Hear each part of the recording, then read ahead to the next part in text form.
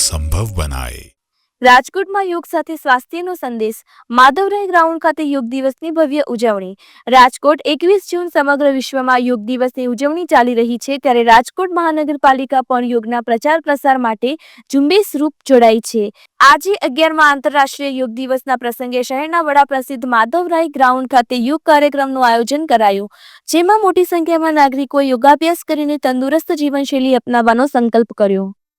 જનપ્રિય પ્રધાનમંત્રી શ્રી ભારત દેશના વડાપ્રધાન માનનીય નરેન્દ્રભાઈ મોદી જ્યારે 2014માં સમગ્ર હિન્દુસ્તાનના દેશવાસીઓના આશીર્વાદથી જ્યારે પ્રધાનમંત્રી તરીકે શપથ લીધા, ત્યારબાદ આ દેશની અંદર જેવી રીતે અલગ અલગ ઉજવણીઓ થઈ રહી છે, એવી રીતે યોગ દિવસની પણ ઉજવણી કરવામાં આવે. તેના ભાગરૂપે 21 જૂન વિશ્વ યોગ દિવસની સ્થાપના એમના દ્વારા કરવામાં આવી.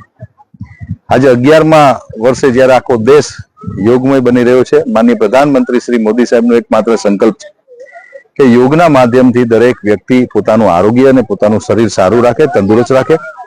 યોગ એ આપણી સાધના છે, યોગ એ આપણું શાસ્ત્ર છે.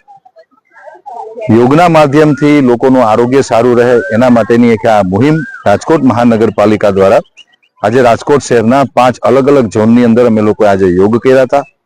હજારો લોકોની રાજકોટ શહેરીજનોના ઉપસ્થિતિમાં આ યોગનું આયોજન કર્યું હતું અને ખાસ કરીને આ યોગાના કાર્યક્રમની અંદર રાજકોટ મ્યુનિસિપલ કોર્પોરેશન દ્વારા 2016થી એક નવતર કાર્યક્રમ પણ અમે લોકો કરીએ છીએ, જે દેશમાં સર્વપ્રથમ વખત 2016માં રાજકોટ મહાનગરપાલિકાએ ચાલુ કર્યો હતો. એકવા યોગા નામનો કાર્યક્રમ કે જે રાજકોટના મહિલા સ્વિમિંગ પુલ, કોર્પોરેશન આધારિત મહિલા સ્વિમિંગ પુલની અંદર બહેનો દ્વારા યોગા કરવામાં આવે, એ એક નવતર કાર્યક્રમ હતો. એ કાર્યક્રમ પણ આજે યોજાઈ ગયો છે.